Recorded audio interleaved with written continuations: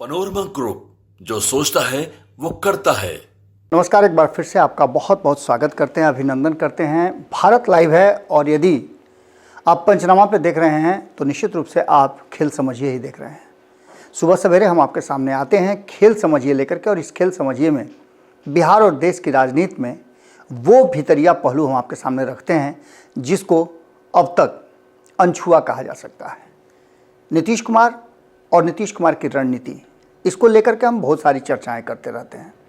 हम ही क्यों करते हैं, पूरे देश भर में नीतीश कुमार की राजनीति, उनके कार्यशैली को लेकर के चर्चाएं खूब होती हैं। आखिर हो भी क्यों ना, क्योंकि नीतीश कुमार ऐसे नेता हैं जो बिहार में सबसे अधिक समय तक सत्ता पर रहने वाले नेता के रूप में स्थापित हो गए हैं। 2005 में जब नीतीश कुमार बिहार की गद्दी संभाले, उसके बाद से नीतीश कुमार ही गद्दी के वारिस हैं या फिर मालिक हैं। बीच में अपनी सुविधा अनुसार वो किसी को दाएं या बाएं कर सकते हैं, लेकिन उस 9 महीने को छोड़ दिया जाए तो विदाउट किसी ब्रेक के नीतीश कुमार ने सत्ता को डोमिनेट किया है। उस समय भी नीतीश कुमार ही सत्ता चला रहे थे। जैसे ही जीतन राम मांझी थोड़ा सा इधर उधर हुए, नीतीश कुमार ने उनको सत्ता से बेदखल कर दिया है। ये बातें नीतीश कुमार ने भरी सभा में, बीच सदन में ये बात कही थी कि हमने तुमको बनाया, ये मेरी नासमझी थी, और भी बहुत सारी बातें कही। हम उन बातों को रिपीट नहीं करेंगे। हम जो अभी आपके सामने लेकर के विषय हैं, उस विषय में हम लगातार, आप देखे होंगे कि हम इस बात की चर्चा कर रहे थे कि जनता दल यूनाइटेड का होगा क्या।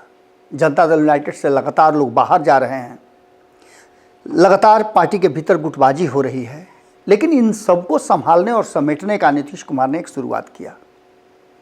अगर जनता दल यूनाइटेड के एक वरिष्ठ नेता की माने, जो काफ़ी अनुभवी भी हैं, तो नीतीश कुमार ने पूरी तरह से अब पार्टी को फिर से टेक ओवर कर लिया है।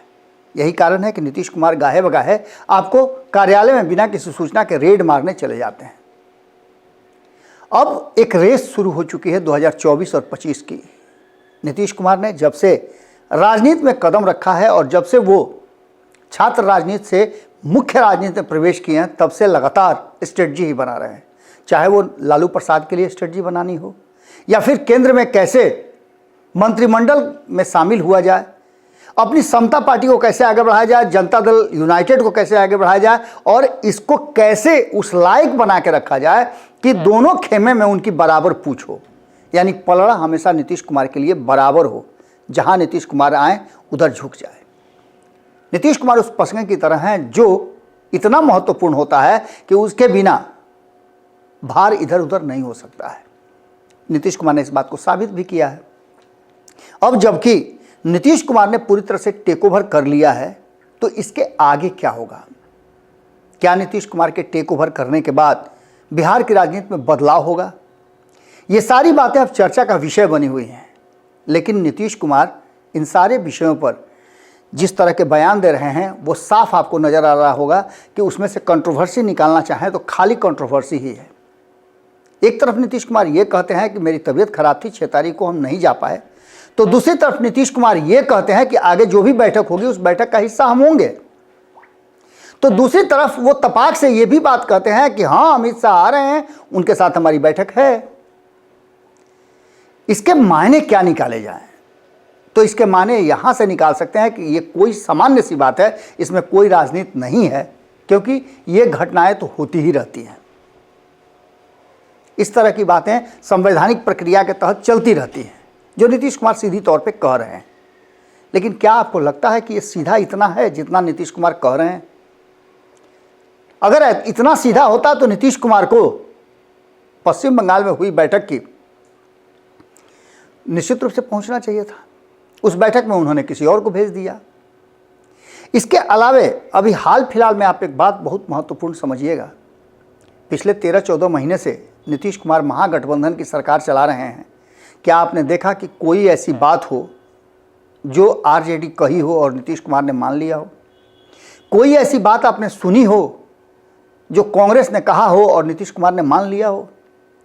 नीतीश कुमार इस तरह का एक्ट कर रहे हैं जैसे उन्होंने राष्ट्रीय जनता दल, कांग्रेस और वाम दलों पे एहसान किया है।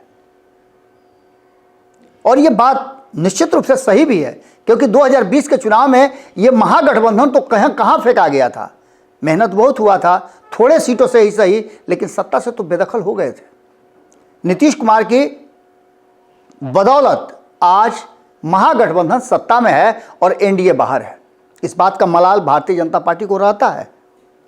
भारतीय जनता पार्टी सत्ता से बेदखल हो गई है तो उसे इस बात का गुस्सा भी होना है, लेकिन ऐसा पहले भी हो चुका है। जब नीतीश कुमार 2015 में महागठबंधन के साथ जीते थे और 2017 में जब एनडीए को सत्ता में लेकर के आए थे तो उस समय तो विरोध नहीं किया था। तो फिर नीतीश कुमार के सामने यह प्रस्ताव रखना कि नहीं 2020 में मैंडेट किसका मिला था यह नीतीश कुमार बताएं, तो गलती तो आपने भी किया था।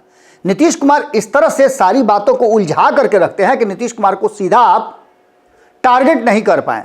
और अब जबकि नीतीश कुमार ने सब कुछ टेक ओवर कर लिया है, आपने देखा होगा कि इधर चर्चा काफ़ी समय से चल रही थी कि नीतीश कुमार और ललन सिंह के बीच में थोड़ी दूरियां बढ़ गई हैं। भीम संवाद में सब कोई एक मंच पे आए, लेकिन उसमें भी कई नेता थे जो नज़र नहीं आए।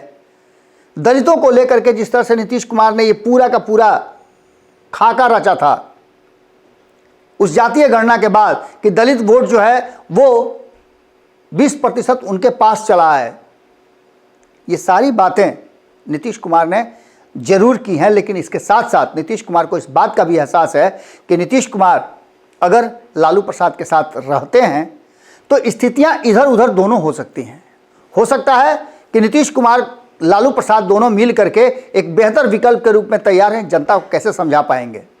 तो दूसरी तरफ ये भी लगता है कि कहीं ऐसा ना हो कि नीतीश कुमार को धोखा हो जाए, और खास करके नीतीश कुमार के लिए और ज़्यादा गहन मंथन की जरूरत महसूस होती है जब नीतीश कुमार के 16 सांसद हों और राष्ट्रीय जनता दल के 0 हों। यानी खोने के लिए नीतीश कुमार के पास बहुत कुछ है, जबकि राष्ट्रीय जनता दल के पास पाने के लिए बहुत कुछ है, खोने के लिए कुछ भी नहीं है। ऐसी स्थिति में आपको पता है कि कांग्रेस भी एक सीट जीत चुकी है और कांग्रेस के लिए भी गेन करने का ही विषय है। और कांग्रेस और राष्ट्रीय जनता दल का जो पैचअप है वो जबरदस्त है। आपने देखा होगा एक ही सुर में दोनों बात करते हैं। नीतीश कुमार के साथ रह करके भी नीतीश कुमार के साथ कभी भी पूरी ईमानदारी के साथ न तो कांग्रेस रही है और न राष्ट्रीय जनता दल रही है। हालांकि नीतीश कुमार के बारे में भी कहा जाता है कि ये भी पूरी ईमानदारी के साथ गठबंधन में नहीं रहते हैं और अपने साथी दलों के साथ कहीं ना कहीं वो छल करते हैं। लेकिन ये सारी चीज़ें अब सामने नजर आने लगी है जब हम बार बार इस बात को रिपीट कर रहे हैं कि नीतीश कुमार भारतीय जनता पार्टी का कार्यक्रम चल रहा हो और उस रास्ते से जानबूझ करके जाएं। ऐसा कोई इमरजेंसी भी नहीं था, न कोई उनकी पार्टी दफ्तर में मीटिंग थी जिसमें नीतीश कुमार का पहुंचना जरूरी था, पहुंचने का रास्ता और भी था। लेकिन नीतीश कुमार ने वही रास्ता क्यों चुना जिस रास्ते में भारतीय जनता पार्टी अंबेडकर समागम कर रही थी। नीतीश कुमार के इस ऑफिस आने के क्रम और समय को लेकर के भी चर्चाएं खूब हो रही हैं। बगल में नीतीश कुमार कार्यालय में बैठे हुए हैं और इधर सम्राट चौधरी उसी मैदान से, मिलर ग्राउंड के मैदान से गरज रहे हैं। तो निश्चित रूप से आप समझ सकते हैं, इसको लेकर के भी आपने कई बातें सुनी होगी। यहाँ तक हुआ कि कौन क्या है, किसके कारण क्या हुआ, बारिश क्यों हुई, ये सारी बातें जो हैं वो होती रहीं। लेकिन इन सभी बातों में एक बात कॉमन नज़र आई कि भारतीय जनता पार्टी का जो वर्तमान नेतृत्व है वो नीतीश कुमार पर हमला उस स्तर से नहीं कर रहा है जिस स्तर से होना चाहिए। बार बार यही कहा जा रहा है कि नीतीश कुमार आरजेडी को साथ ला करके एक बार फिर से जंगल राज को बिहार में लाए हैं और इसके लिए नीतीश कुमार को दोष उतना ही दिया जा रहा है।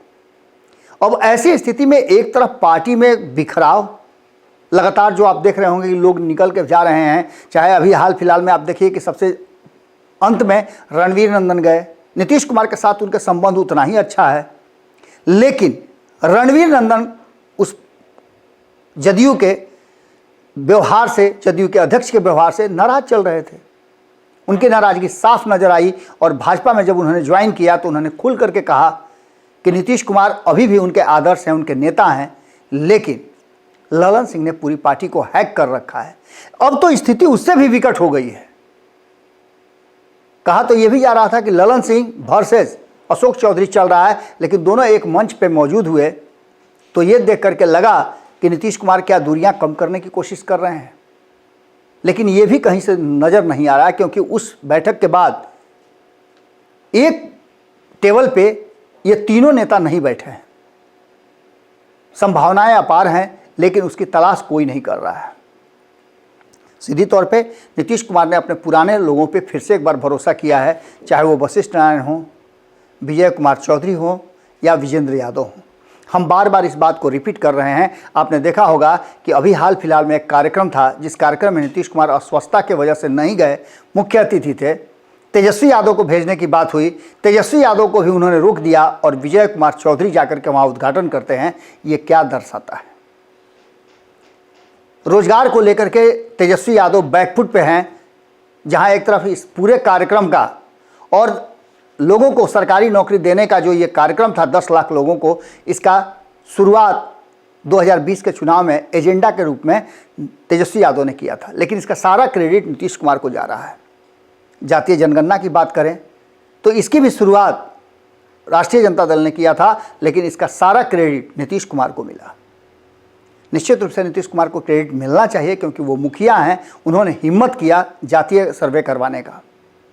उसके बाद आरक्षण की बात हुई तो वहाँ भी नीतीश कुमार अपर हैंड लेकर के आए, लेकिन अब जो वर्तमान परिस्थिति बनी है उसमें जातीय गणना और आरक्षण बढ़ाने के मुद्दे को लेकर के नीतीश कुमार जहां अपनी पीठ थपथपा रहे हैं, वहीं उन्हें इस बात का एहसास भी है कि जो उनका वोट है वो तो उनका है ही, लेकिन अगर इन दोनों से अलग एक रणनीति के तहत किस्मत 2024 में आजमाई जाए तो ये बात पूरी तरह से साफ खुल करके आ जाएगा कि नीतीश कुमार कितना पानी में है और बिहार की जनता क्या नीतीश कुमार के शासन को भाजपा और आरजेडी से अलग देखना चाहती है। हालांकि बहुत टेढ़ी खीर है और दिल्ली बहुत दूर है, लेकिन एक प्रयास है। राजनीति में प्रयास कभी कभी बहुत सफल हो जाते हैं। नीतीश कुमार के पास बहुत सारा पावर हो जाएगा अगर वो ऐसा करते हैं तो। एक बार फिर से बिहार की राजनीति उस जगह पे जाकर के खड़ी है जहां चौराहे से किधर मुड़ना है ये अभी फैसला नहीं हुआ है। 10 तारीख को जब अमित शाह के साथ पूर्वी क्षेत्रीय परिषद की बैठक में नीतीश कुमार जुड़ेंगे तो निश्चित रूप से बहुत सारी बातें खुल करके सामने आएंगी। उसके बाद किस तरह का एक्ट होता है, किस तरह की बातें सामने आती है, ये भी देखना बड़ा दिलचस्प होगा, क्योंकि G20 के समय में जब नीतीश कुमार की मुलाकात प्रधानमंत्री से हुई थी तो बहुत सारी बातें हुई थी। उन बातों को लेकर के आज भी वो संशय एक तरफ बना रहता है और कांग्रेस ने कहीं ना कहीं INDIA गठबंधन को स्टॉप वहीं किया था जब नीतीश कुमार और नरेंद्र मोदी के बीच में आत्मीय मुलाकात हुई थी। अब आगे देखना होगा कि अमित शाह के मीटिंग के बाद क्या निकल करके सामने आता है, क्योंकि लंबे समय के बाद अमित शाह और नीतीश कुमार का आमना सामना होगा। इसके साथ साथ एक और बात कही जा रही है कि नीतीश कुमार ने हाथ पांव मारना शुरू कर दिया है। पड़ोसी राज्यों के मुख्यमंत्री और पूर्व मुख्यमंत्रियों से मुलाकात का उन्होंने टाइमिंग तय कर लिया है। तो क्या नीतीश कुमार उसी रास्ते निकल पड़े हैं जो गैर भाजपा और गैर राजद होगा? देखिए क्या होता है। हम तो आपके सामने वो तथ्य लेकर के आए जो चर्चाएं हैं और जो हमें जानकारी मिली है, भीतर से निकल करके जो खबरें आई हैं हम उसके आधार पर आपको बोल रहे हैं। लेकिन अभी इन सारी बातों को परखना और सच होना बाकी है। जुड़े रहिए भारत लाइव के साथ। बहुत बहुत धन्यवाद। नमस्कार। अगर ये वीडियो पसंद आई और वह बिहार के राजनीति और बिहारियत से सरोकार रखेनी तो सब्सक्राइब बटन दबा के चैनल के सब्सक्राइब कर ली। ओजे एगो घंटी बा, ओकरा बटन दबा देला से कुल सटीक और मारक खबर रुआ मुफ्त में मिल जाई। अगर रुआ पत्रकारिता के हमनी के नया प्रयोग में सहयोग कर चाहतानी तो ज्वाइन बटन दबा दी। पेटीएम नंबर नोट कर ली 9386816700। धन्यवाद।